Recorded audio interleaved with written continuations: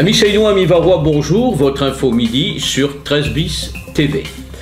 Nos titres: le drame de l'amiante, Henri Titgré continue le combat. Retraitement des sédiments, bientôt efficient. Inauguration du Rive d'Or Hôtel aux Sablettes. Festival du cinéma, c'est bientôt la clôture. Sport, rugby, dimanche à marquer. Allez les petits, et la météo. Henri Titgré, l'emblématique défenseur des victimes de l'amiante, mène depuis des décennies un combat sans merci pour faire valoir les droits de ses ouvriers que le mal rattrape.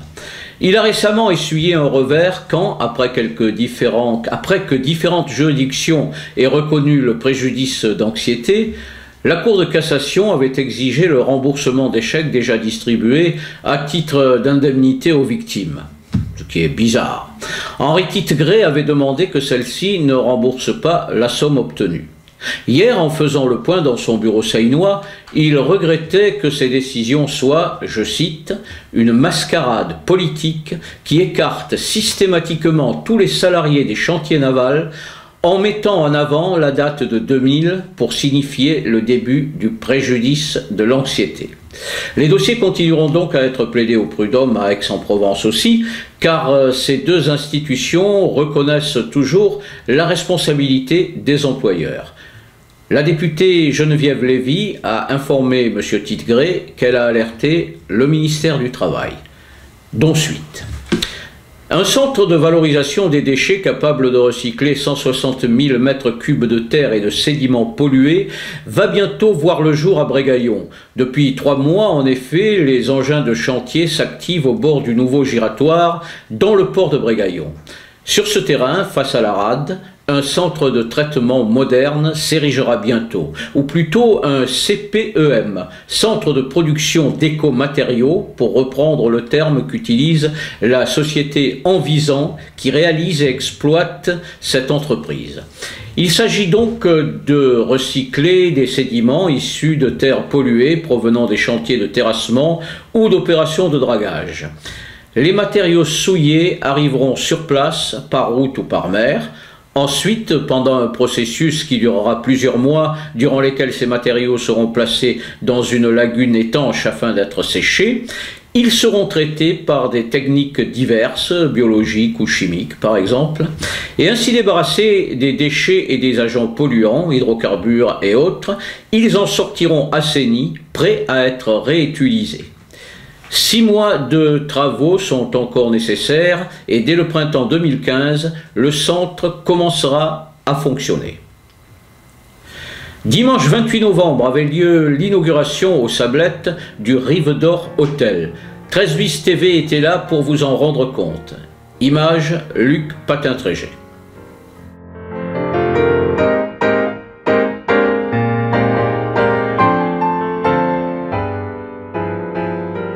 Qui a ouvert le 28 novembre dernier et qui se situe aux Sablettes, donc près de la mer, à 2 minutes de l'embarcadère pour aller à Toulon. Nous disposons de 24 chambres, dont 2 suites et 3 chambres PMR pour les personnes à mobilité réduite.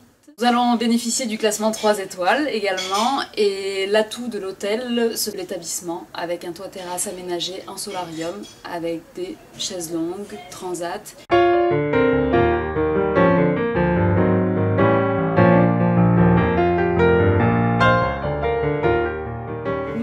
Également un petit déjeuner buffet dans la salle de restaurant qui se trouve juste à l'entrée de l'hôtel.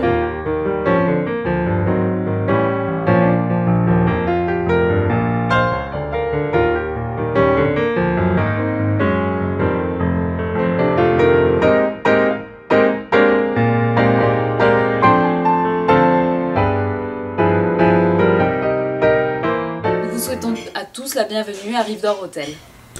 Le Festival du cinéma, chantier du cinéma, portrait de femmes, va se terminer après 2 semaines de soirées exceptionnelles et d'échanges fructueux. Lucia Dassa, son omniprésente animatrice, peut être satisfaite.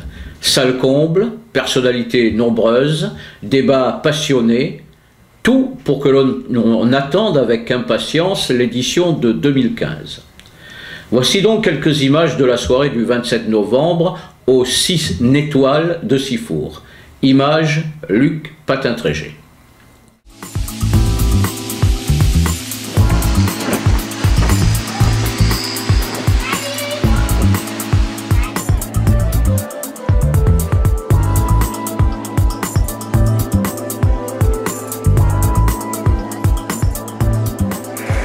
Je voudrais remercier Dominique et Noémie, ici présentes, vraiment qui nous aident pour notre festival. Et c'est vrai que l'an prochain, on essayera de faire beaucoup plus de films ici. C'est un lieu idéal pour nous. L'écran est magnifique. Mais on a quand même, vraiment, je tiens à vous dire que pour la Seine-sur-Mer, j'espère qu'on trouvera des solutions. Voilà, donc vraiment, on a beaucoup de plaisir à vous accueillir ici. Et les années suivantes également. Au quotidien dans la gestion et la programmation de ce cinéma. Merci à l'association Les Chantiers du Cinéma et au festival.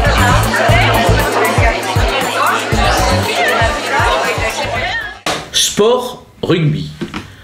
Dimanche à 15 h, le stade Marquet sera le lieu de tous les espoirs ou de toutes les déceptions.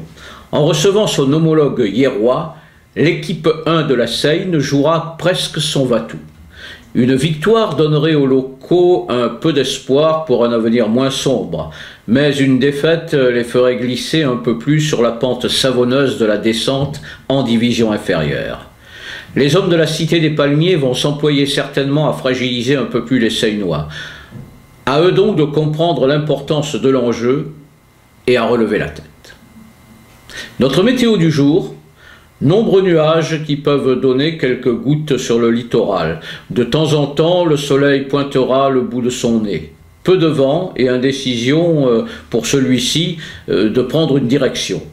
Température un peu fraîche le matin, mais acceptable pour un début décembre l'après-midi. Phrase du jour: l'amour est une aventure dont certains n'en reviennent pas d'être revenu.